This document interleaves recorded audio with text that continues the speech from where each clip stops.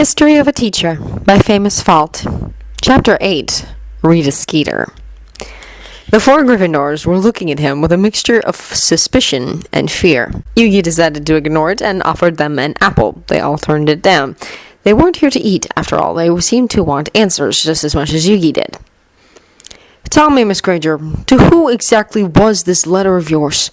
It contains knowledge that should not leave this room. This shouldn't have left my mind. Please be honest, it's very important. Bill Weasley, Professor, Hermione Granger confessed. I've met him, Yugi noted, slightly surprised. He was at King's Cross. Now the four of you can enlighten me of the meaning of this letter. Yugi read the thing once again, carefully. Dear Bill, it sounds like the two stories match. It would be quite the coincidence if they didn't. You already know what Professor Muto told me, so you know that too.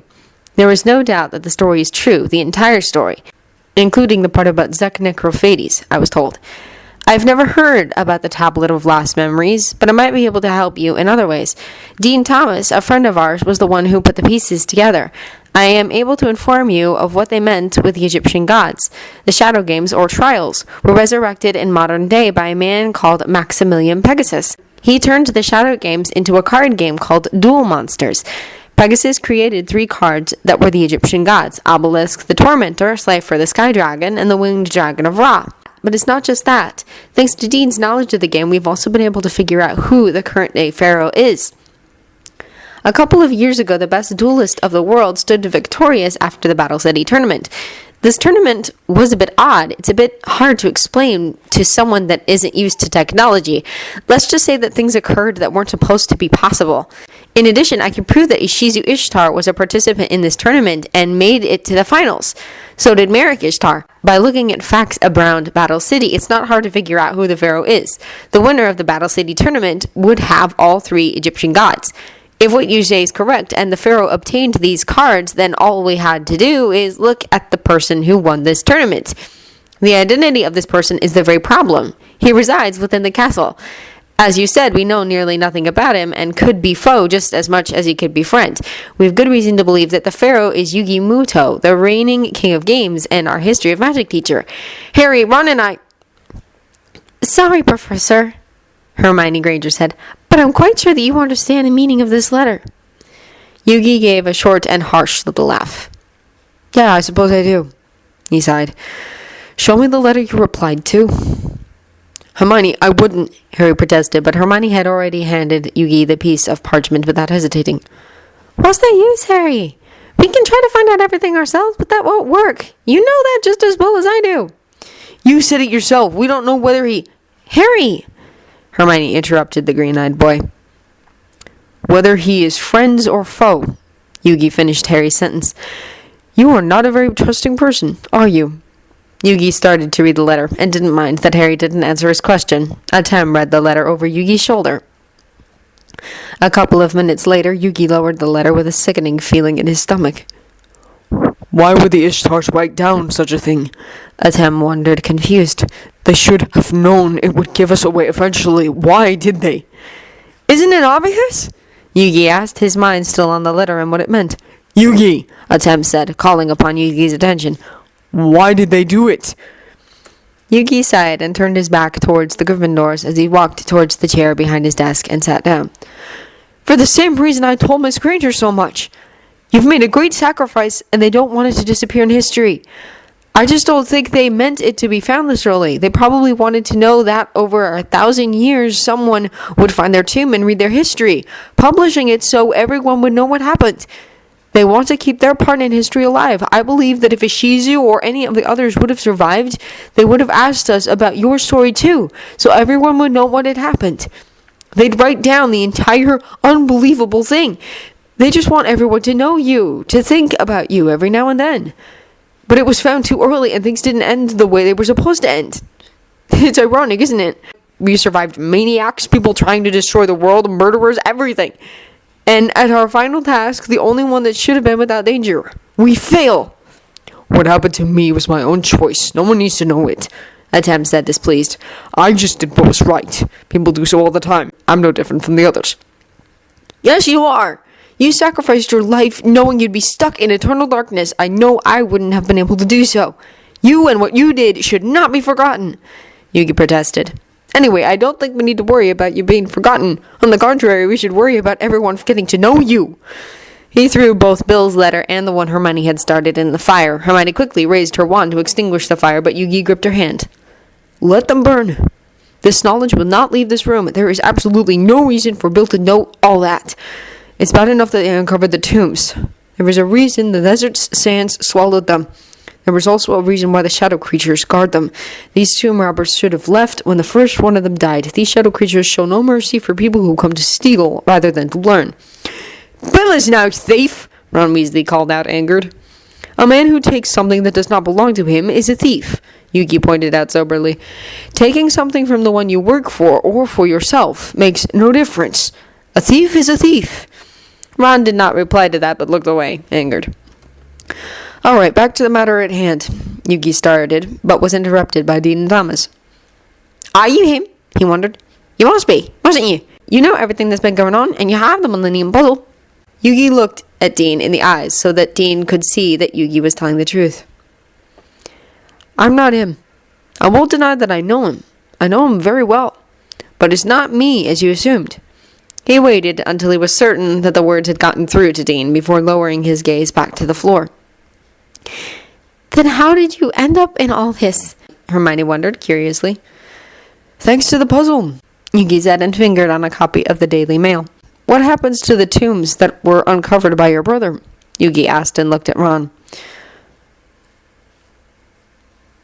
Well, some of the treasure they found will go to Gringotts. Then they will return the tombs to nearly the way they were before they uncovered them, and inform the Muggle government there that a new finding has been made. Then it's up to the Muggles to uncover these tombs once again and decide what to do with them. I suppose some will be protected, others will be open for tourists, and the things they find inside will go to museums and such. Ron explained. Here the findings will be published in the Daily Mail. People find this interesting.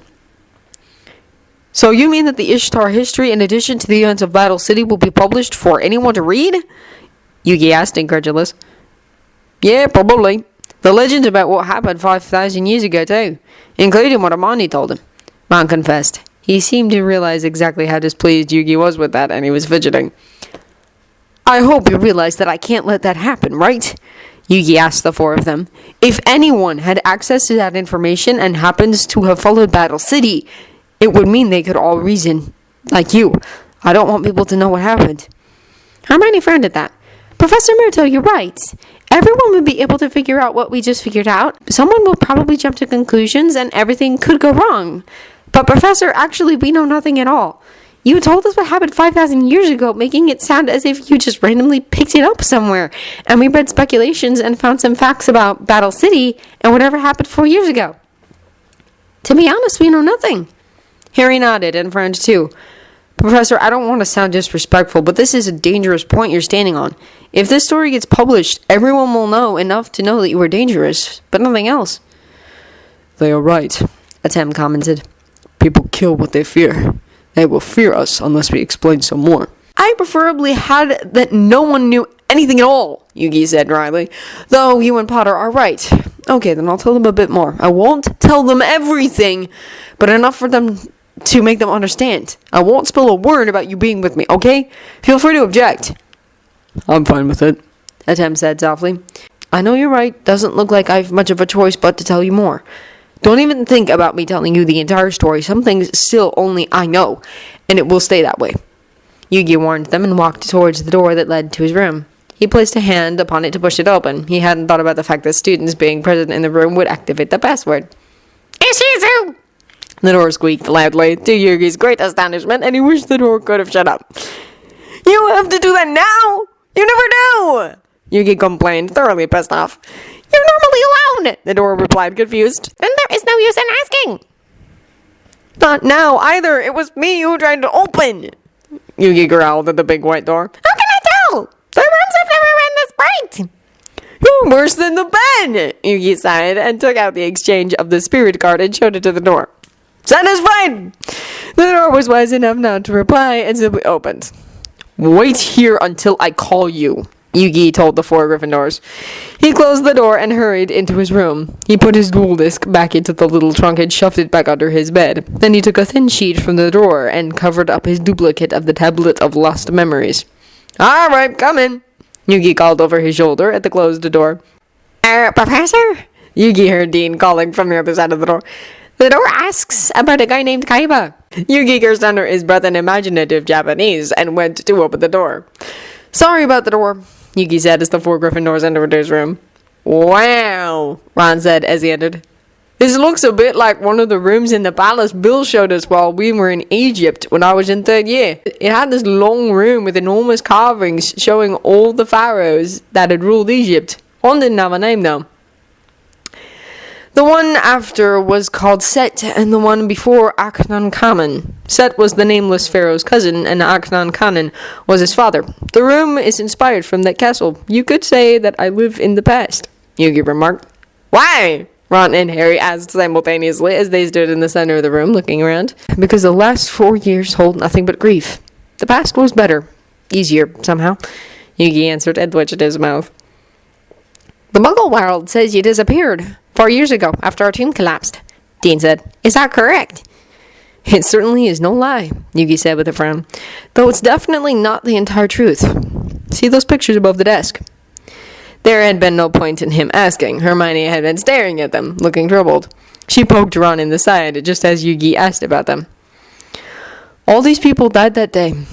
You see the 3 in the middle? They were the best friends a person could wish for, and now they're dead.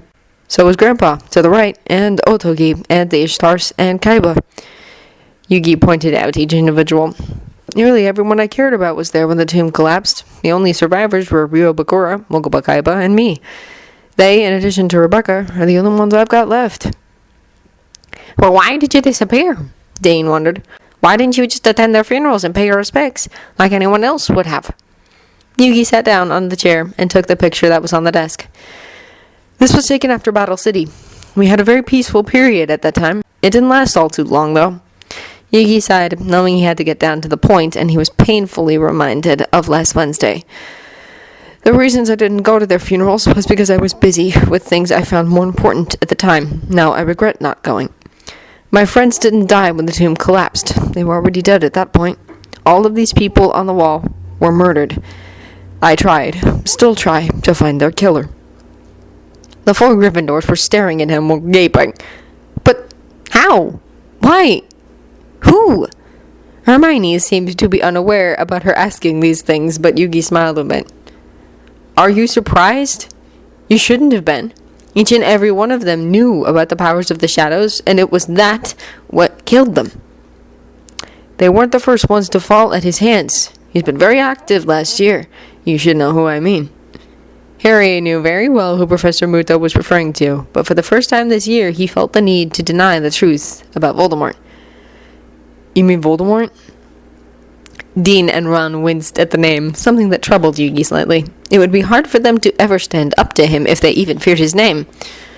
"Many people feared the name of Zork, too, yet they stood up to him. The same might count for these people," Atem reassured Yugi.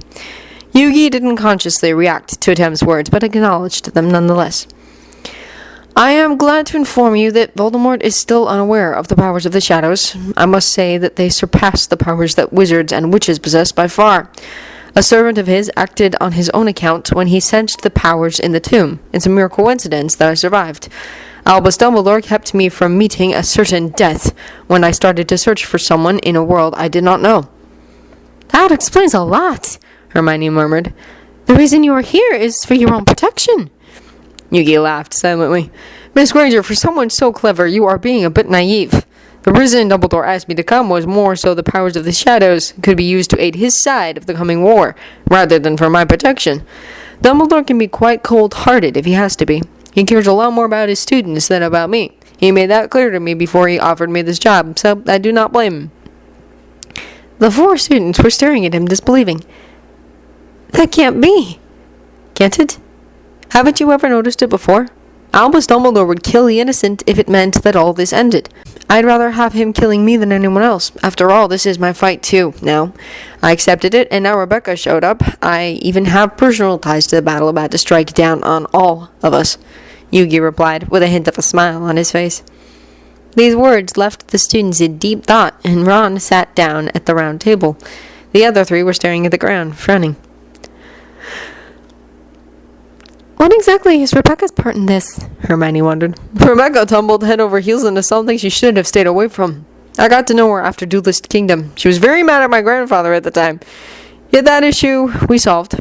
Her grandfather made a great discovery later, which nearly destroyed everything we know. Has any of you heard about the monster sightings? They were blaming Kaiba Corporation's holographic system, but I can assure you that these beasts were quite real. I've heard about them, Dean said, looking up at the professor, though I assumed that it was Kaiba Corp. What else could it have been? Sit down, all of you, Yugi said as he stood up and made a sweeping gesture towards their end table. The three still standing sat down, and Yugi pulled out a chair for himself. He waited until he had their full attention before he continued. It certainly wasn't Kaiba Corp, yet that doesn't matter right now. The discovery Arthur Hawkins made was about the ancient city of Atlantis and a great beast called Leviathan who tried to destroy the world. The Leviathan ordered to a power called the Orichalcos, which is able to corrupt minds. 10,000 years ago, the Orichalcos corrupted a man called Darts. He was Prince of Atlantis, and he destroyed it with Leviathan, but before he could destroy the entire world, Leviathan was sealed by 3 knights. Now, this isn't important, so I will not bother you with this part of the story. What you should know is that Darts didn't die. He kept walking this earth, hunting for souls that would eventually resurrect Leviathan. Darts only had one problem. He needed one powerful soul to trigger the resurrection. It took him 5,000 years to find one, but he did. The Pharaoh, Hermione whispered, fascinated. But is his soul stronger than the others? There is an explanation to that, though I must say that it's very complicated. A person consists out of Ba and Ka. Ka is a kind of spirit or monster that reflects the nature of the person they come from. Ba is the energy of the soul. These two together form a human's soul. How strong your Ka is depends on your Ba. The Ba of the Pharaoh was incredibly strong. Harry and Ron looked equally fascinated as Hermione had been just a second ago, but now both she and Dean were looking angry. Yugi, who had read Bill's letter, wasn't too surprised. What happens if you lock away someone's Ka? The brunette wondered, accusing. Their Ba remains, so they don't die. You just take away their personality, their free will. For a human being, that is a very unpleasant experience. That's why it was used as a punishment on heavy criminals. Of course, because you have a person's soul, they will never be very strong again in their character or will. But to those criminals, the only alternative was that they'd be executed. Yugi said calmly, fully understanding their anger and distrust. I never thought you would have to defend the methods used in what was once my kingdom. Adam sniggered. The power you control is that of stolen souls, Hermione accused, clearly disgusted and horrified. I do not control the shadows. You must have that very clear to you, Yugi said sharply. Only the Pharaoh controls them. Besides that, I've never claimed that the power of the shadows was a good power. There was a reason why it's called for shadow magic. It's a dark power that he doesn't like using. Yugi's eyes narrowed. He had never been frightening before, but he clearly intimidated the 4 Gryffindors. I feel bad telling them what you think. It sounds like I think for you and you have no will of your own, Yugi confessed to Adam. Don't worry, partner. You know me nearly just as well as I know myself. You haven't said anything I disagree on yet, Atem assured Yugi. Yugi took a deep breath. Back to Rebecca. Darts wanted the Pharaoh's soul, and Professor Hawkins knew it. He came to Domino to visit me and my friends. He warned the Pharaoh about the fact that what was going on had something to do with him. When the Pharaoh's spirit was freed, Darts started to steal people's souls at random, and these people were hospitalized. Among those were people we knew. We traveled to the U.S. because Pegasus had information that would be able to help us, but when we got there, Pegasus had already been claimed by the Orichalcos. Yugi stopped there. He didn't want to tell them about the dragons. Neither about Mai. He didn't want to tell them much at all. Rebecca and her grandfather were attacked by Darts and his men. They blew up his house to destroy the evidence of Atlantis existing and kidnapped him. He challenged the Pharaoh to a duel in Death Valley and said that Professor Hawkins would be allowed to return if he showed up. The Orichalcos dueled too. There is a long explanation to why they did, but it isn't important. That duel didn't go very well. It was awful, to be honest. The Pharaoh made a mistake, and normally he would have lost his soul. I took his place instead. See, I don't remember much of what happened after that. I just know that it ended well. There is more to it, isn't there? Hermione wondered. Yugi nodded. There is a whole lot more to it, and I won't tell you everything. But perhaps Darts and his men tried to convince the Pharaoh that he was evil, that he was the reason for Egypt's near destruction. The Pharaoh had no memories at that time, and though he denied it, he couldn't know for sure at all. Darts aimed to make the Pharaoh give up his soul willingly, but he failed. Darts was convinced that if the Pharaoh would gaze down in his soul, all he'd find would be darkness. But that was incorrect, and thus the Pharaoh prevailed. Yugi shrugged and thought back to the duel with Kaiba at Duelist Kingdom, and the one with Raphael in Death Valley. I will not deny, neither would he, that he is a dark person. He could be very cold and unforgiving. When he recently returned, people even died due to him. But as he returned to the light outside the puzzle, the light in his heart returned too. In Death Valley, the light wavered and the consequences were severe. My soul was taken, and the darkness inside the Pharaoh had awoken. He took the first step to defeating the darkness rather soon, but Rebecca, who hadn't known the Pharaoh earlier, doubted that he wouldn't be consumed by darkness again. She still doubts the good in his heart. She has never seen him in any other way than while he was blown away with grief and struggling to suppress his own dark side. Not the best of times to get to know him. What happened to the old Calcos? Ron wondered. It was destroyed when Darts broke free of its corruption. I told you it ended well. All the souls were set free. Yugi had had enough of explaining and asked Ron, will everyone find out about the Shadow Games? Yes, about how it was used in ancient Egypt and how it works. Everything, Ron answered. We already told you so. Something dawned upon Yugi and Atem simultaneously, and Yugi touched the little red bag around his neck, in which he kept the Millennium items. He can't know, Atem said, suddenly nervous. Lucius Malfoy will know it's us right away. There was no telling what would happen. Go to class, tell no one what you have heard here, it's very important. Mr. Weasley, when will this be published? Yugi asked in a hurry. I believe Rita Skeeter is interviewing Bill today at their office about lunch, he said. Yugi swore in Japanese and said, tell the mother that my classes are cancelled for the rest of the day. I have something to do. He nearly pushed the students out of the door. Once the door closed, Yugi called lowly, Dobby? Dobby! He hadn't expected it to work, but somehow it did. Dobby appeared in front of him out of nowhere. What is it, Yugi, sir? Why is Yugi, sir, looking so afraid? Dobby, can you take me to Diagon Alley? Yugi asked the house elf. Dobby shook his head. Only outside the castle grounds, sir, he said. How far is that? Yugi wondered anxiously. To the gates! Beyond there it should be possible! Dobby does not wish to pry, but why does Yugi, sir, want to go to Diagon Alley? Dobby asked curiously. To protect my secret, Dobby. If I don't hurry, everyone will know. What's more important is that Voldemort will know, too. Dobby winced at the name, but didn't object. If Voldemort knows about me, he would certainly try to get his hands on the dark powers I guard. We have to prevent that from happening, Atem explained to the house elf. Let's go! Dobby squeaked, eager. He who must not be named can't get his hands on that kind of power! Exactly, Dobby, let's go! The rather odd pair hurried through the corridors, then over the grounds, and Yugi could only pray that no one would see them, or worse, stop them. They reached the grounds faster than Yugi had hoped for, due to the fact that he left the running to Atem. Dobby wasn't pleased by the fact that Yugi suddenly disappeared, but he understood the importance of the situation, and Yugi promised himself that he would explain to Dobby how it worked. Do you want to do this, or shall I? Atem wondered. You should. I believe she'll be more impressed by you than by me. Yugi, sir? Dobby wondered, surprised. Why is you a spirit now? I'll explain another time, Yugi told the house elf. Okay, off to Diagon Alley. Give me your hand, Pharaoh, sir. Dobby said, and reached out one of his own. Atem took it firmly, and before he knew it, he was standing in front of the office of the Daily Prophet in Diagon Alley. Atem didn't hesitate a moment, but hurried into the building, closely followed by Dobby. He stopped dead in his tracks when he saw how huge the office was. He stared around, and a feeling of hopelessness surrounded his heart. How was he ever going to find the office of Rita Skeeter? Don't worry, we'll find it, Yugi said, but he sounded too uncertain to be reassuring. Dobby, what are you doing here? A man asked, utterly surprised. Yugi appeared next to Atem in spirit form and looked around to find the owner of the voice. It sounded familiar, and for some reason he suddenly felt ice cold. Dobby started shaking as a tall man with long, blonde hair appeared in front of them. It took Atem all his self-control not to unleash the anger he felt towards this man. Gazing down on them was no one less but Lucius Malfoy himself. You filthy elf!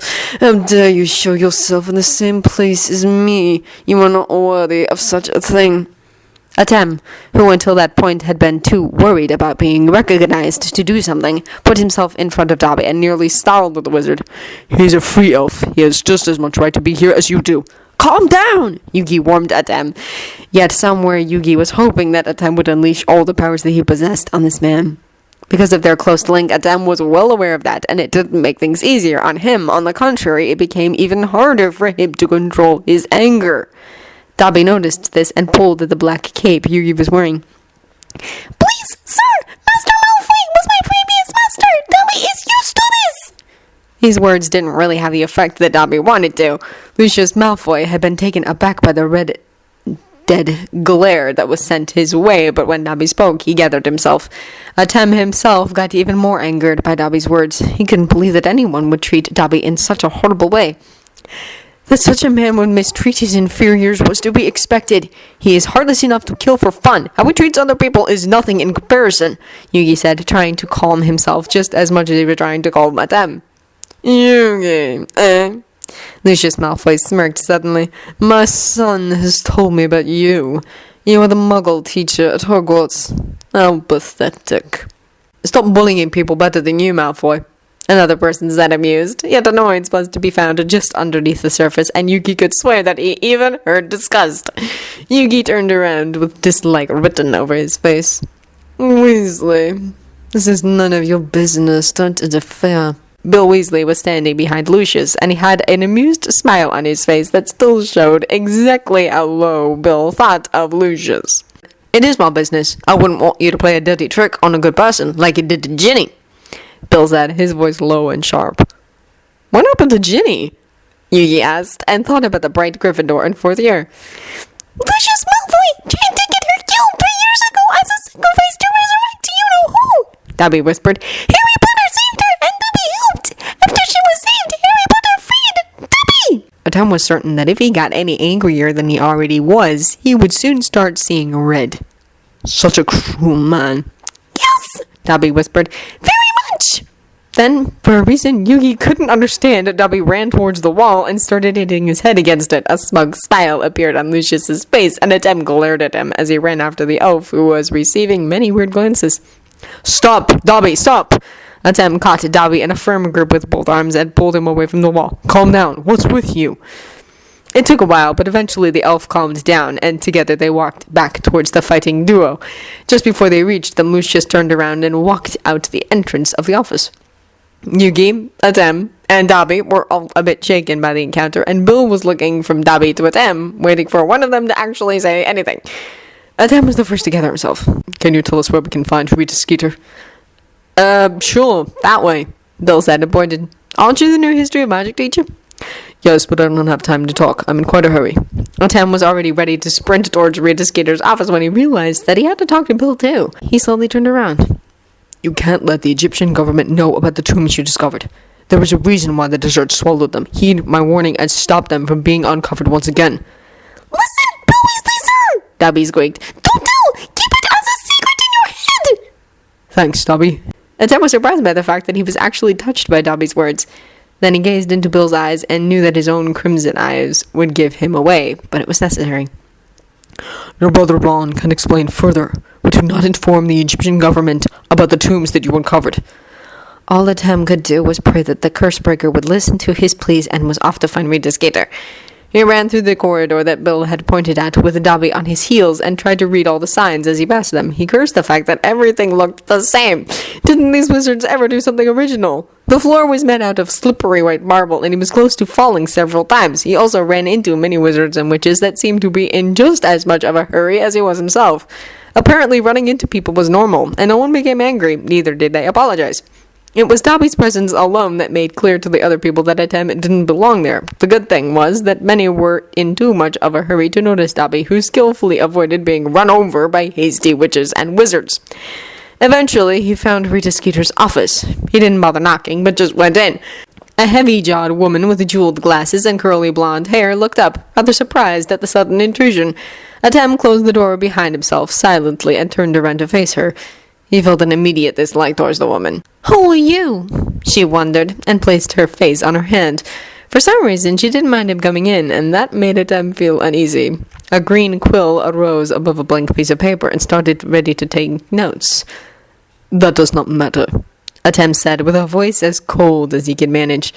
For some reason, he wasn't able to find his usual amused and self-assured attitude. It was something with that woman's self-assured smile that made him lose his own. It was weird. It wasn't like he hadn't dealt with self-assured people before.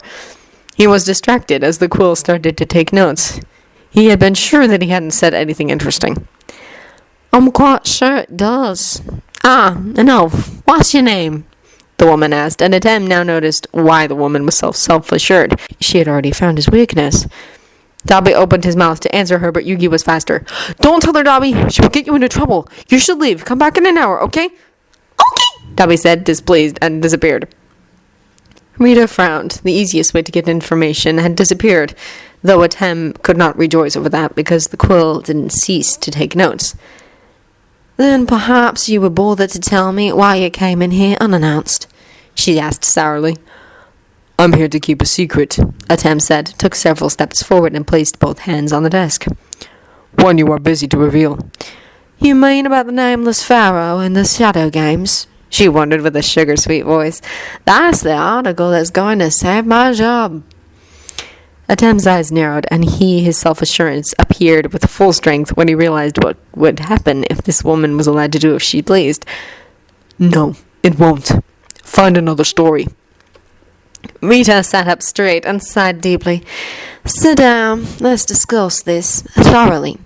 You see, I don't want to lose my job. Yet I understand that you want to keep your secrets. Here, have a drink."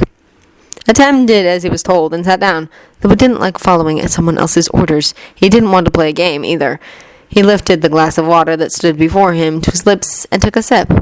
He noticed at once that the taste was wrong. He dropped the glass and realized that the game had begun as soon as he came in.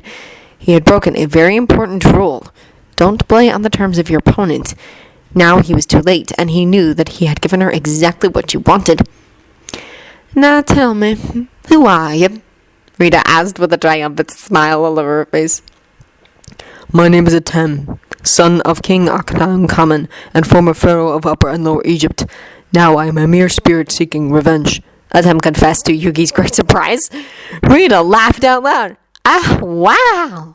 It looks like the Verity serum has taken effect. I knew it would show itself useful eventually."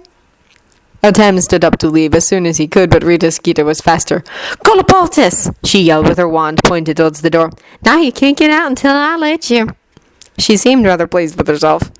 "You're lucky it's me. Shadi would have killed you," Atem said, disgusted. But he wasn't giving either Rita nor Shadi much thought. He desperately tried to find a way out. "Are you the pharaoh that Bill Weasley told me about?" she asked, ignoring him. "Yes, I would think so." Atem was pissed by the fact that he couldn't simply not answer her. "Oh, how wonderful! Does anyone else know who you truly are?" Rita wondered curiously. "Yes, to various degrees. Yugimoto, Bakura Rio, Moko Bakaiba, Amelda, Maximilian Pegasus, Rebecca Hawkins, Raphael, Arthur Hawkins, Kujaku Mai, and Junoshi Shizuka." "How interesting," Rita said, and the quill was writing down things so fast that it blurred. "Is any of these people important to you in a special way?" "Yugi is," Atem said. His voice was filled with an immeasurable hatred towards this woman. "What way?" she asked with a sickening tone. "She's being suggestive," Yugi said, disbelieving. "I love Yugi more than anyone I know. He's my best friend, my brother. He keeps me in the light. Hadn't it been for his light, I would have killed you now without hesitating." Rita was slightly taken aback by that, and she gripped her wand more firmly. "Now love in your life, then?" I don't know whether to laugh or to cry. This is unbelievable. She can ask you anything, and she asks you this? Somewhere in Yugi's mind, it felt really surreal, and he was certain that he would doubt that this actually ever happened when it was over. "I know," Atem answered Yugi, then answering Rita. "I've never permitted myself to ever see things that way. It would feel as abuse of kindness. After all, I'm dead and not supposed to be here anymore." "What do you mean with abuse of kindness?" Rita asked, smiling like a cat that had got a mouse. "I'm dead. I have no body, and my soul resides in a puzzle. I possess a kind person that has been more understanding and enduring with me than I had any right of ever hoping. Atem was forced to explain. Falling in love with someone, feeling a desire for a person would feel very wrong. This is Yuki's life, not mine. So you possess Yugi. Is he present? Rita asked. She placed her hand on her palm again and kept smiling. Yes, he is. He's standing right here next to me. Atem said, and wished he could swallow the words, but the Veritas Serum forced him to speak them. Is he affected by the Veritas Serum? Rita asked, curious. I don't know, Atem said hastily before Yuki could reply. Yuki, wherever you are you affected by the Veritas Serum? She asked, looking at the spot where she thought Yugi was standing. Yugi didn't say anything, which made clear for Atem that his lighter wasn't affected. Rita repeated the question she had asked Atem earlier. No, he isn't, he confessed, and was pleased by Rita's sour expression. That's too bad. Let's see. She picked up the notes that she had taken during her interview with Bill and went through them. These Millennium items, how many are there? 7. Atem said, glad that he didn't have to say more than that. Yet he would have preferred for Rita to have asked him personal questions meant to embarrass him than those that could actually do some damage. Bill mentioned a rod, a necklace, and a puzzle. What others are there? And who has them? The green quill was now moving so fast that it was nearly invisible. There was a puzzle. This one. Atem put a hand on it. It contains my soul. There are the rod and the necklace. In addition to those, there are the scales, the key, the eye, and the ring. I have them all. You say that the puzzle contains your soul. What would happen if I took the puzzle and smashed it? She suggested. Don't look so alarmed. I have no intention of doing so. She gave a little laugh. It wasn't as annoying as Umbridge's, but it was a worthy opponent. I'm not sure what it would do to my conscious mind, but my soul would be locked away in a labyrinth of darkness once again. What a terrible fate, Rita said, and for a moment she sounded compassionate. Have you been spending 5,000 years like that? Yes, Atem said coolly. Oh, Rita said, and was for a moment out of words. The quill started writing slower. What happens if Yugi dies? We've been wondering that ourselves, Atem confessed. I honestly wouldn't know. Such a problem.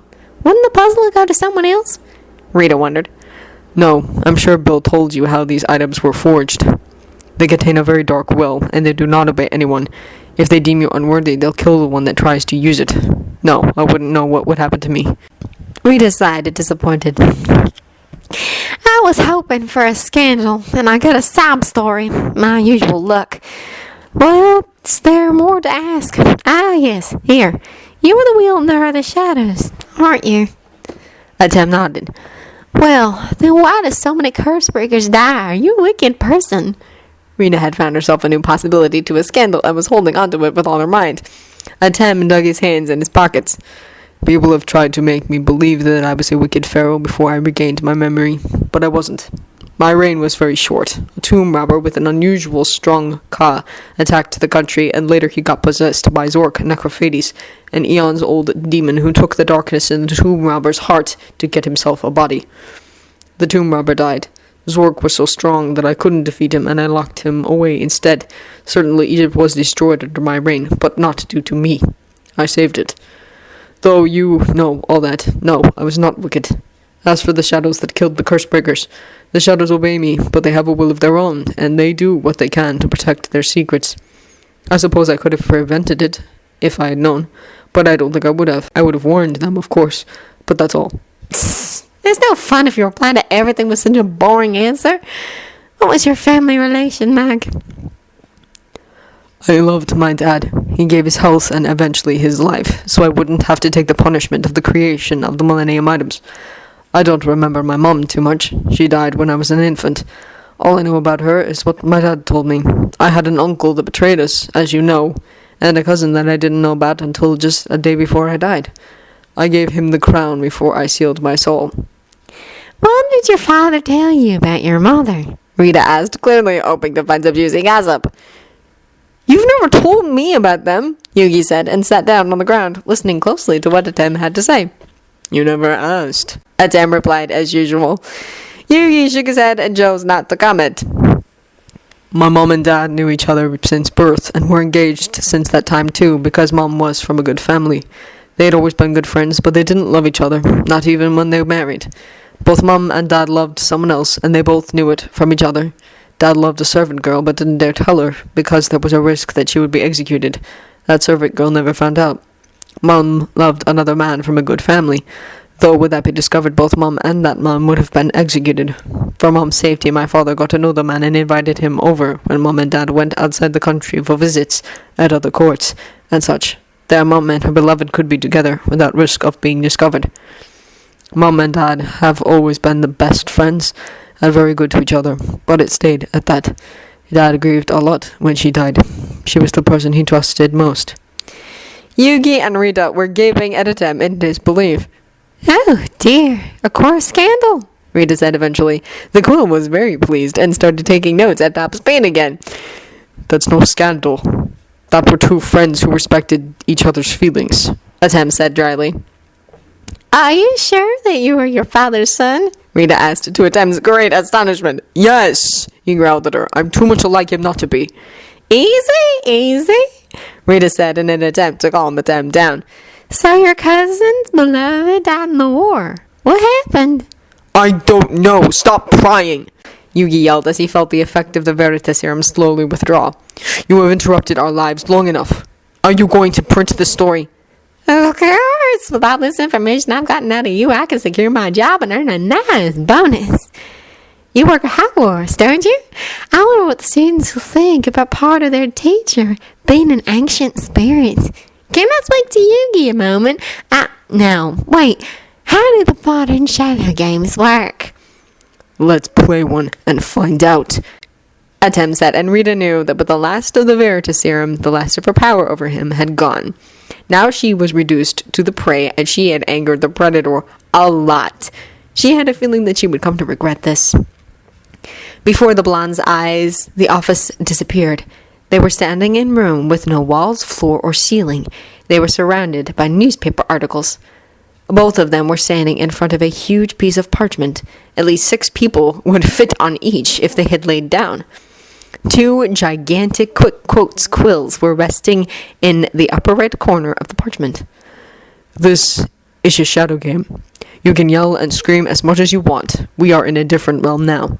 Let me explain to you the rules of this game. They are fairly simple. We both have our individual piece of paper. The quills will start to fill them with each lie we have ever expressed, both written and verbally. The one who first has their paper filled will lose. The more you try to deny your lies, the faster the quill will move. For every word the quill writes, the secrets you discovered both from me and Bill will be erasing from both your notes in your office and from your mind. Once your paper is filled, the entire story will be gone, and so will your memories from this game and our encounter. If you win, I'll tell you everything you want to know. I'll even take Veritaserum if you deem it necessary. Atem knew that he would most likely win this game. He doubted that he had lied enough to even fill the paper, and he felt no need to hide his lies anymore. Ready, start. Atem looked satisfied at his own quill as it started to write things down very slowly. A first grader wrote faster. To his great satisfaction, Rita's quill moved too fast, and the text had already covered 1/5 of the paper. Atem could nearly see Rita trying to hold on to the knowledge she had as it slipped away. No! She yelled. I don't want to forget! The page was filled halfway already, while Atem's quill was still busy on the first sentence. Atem closed his eyes as he listened to Rita's screams and sobs. It filled him with a kind of cruel satisfaction which he shunned hastily. He was not cruel. Atem didn't open his eyes until he felt a disturbance in the game. Rita had broken the rules. Atem sighed as he watched Rita's fruitless attempts to stop the quill from moving. She walked over the page and held the quill with both arms. The quill just kept moving and knocked Rita's glasses off when it started at a new line. I should have told you, the shadow games are merciless on cheaters. The quill finished its last sentence and disappeared. Who are you? Rita wondered goggily. Penalty game, illusion of realization, Atem whispered, and the shadows disappeared. What Rita saw was reflected in her glasses. She was as big as an ant and was crawling on hands and knees over an article that was all about her, written from the most negative point of view. The real Rita was sitting in her chair with closed eyes. Atem checked the notes and saw to his satisfaction that they were all blank. Just to be certain, he took the blank pages with him, and he turned to leave as Rita started screaming. She was still seeing the illusion, but now it started getting to her. Atem didn't know how much time he had before someone would enter and was looking around for a way to get out, just as Dabi appeared next to him. Atem relinquished Yugi's body to Yugi, and Yugi smiled at the house elf. "Dabi, you're an angel. Let's go!" Dabi smiled broadly at being called an angel and said, "Leave